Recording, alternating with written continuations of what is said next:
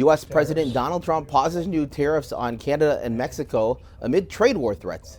Welcome to VOA Asia Weekly. I'm Chris Casquejo in Washington. That story is coming up, but first making headlines. The Philippines House of Representatives has impeached Vice President Sara Duterte, accusing her of plotting to assassinate President Ferdinand Marcos Jr.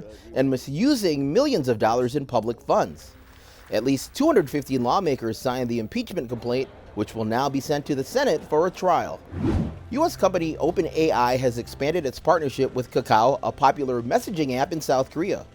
The collaboration will add ChatGPT functionality to the app while providing OpenAI with valuable training data and insights into user behavior. We are particularly interested in AI and messaging.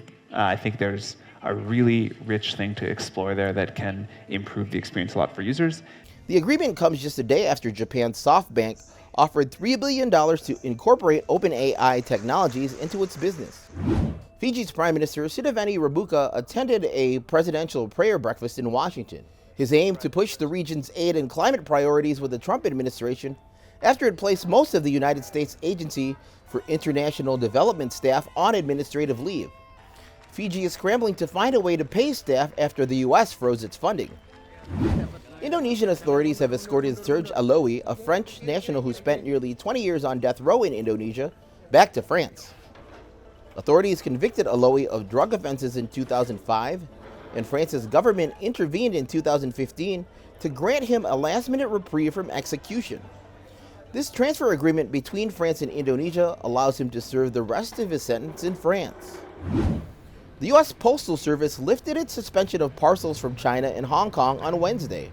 USPS announced the short-lived suspension on Tuesday after the U.S. imposed an additional 10% tariff on Chinese goods, causing the Postal Service to stop accepting parcels from these regions.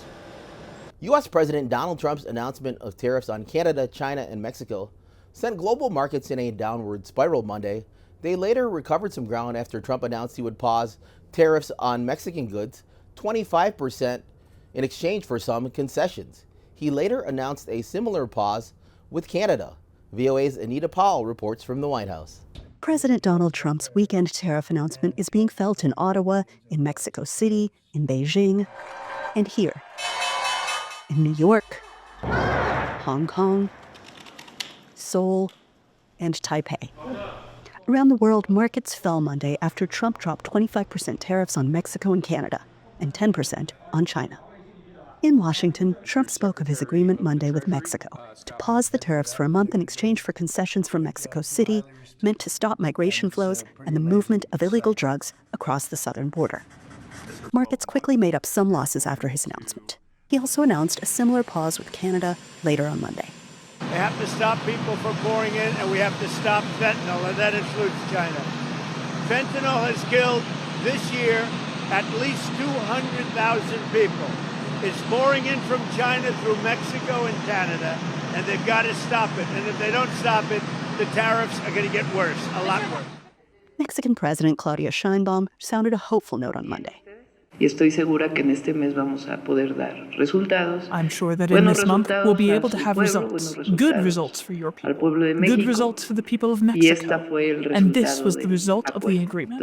It was a good conversation with respect.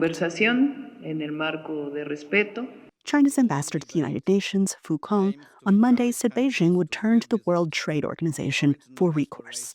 We do believe that this is in violation of the WTO rules, so that's why China is filing a complaint at the WTO, and also where we may be forced to take countermeasures. And let me also emphasize that there is no winner in a trade war. Trump acknowledged that the move would raise prices, but said the higher tariffs would be worth the price to bolster U.S. interests.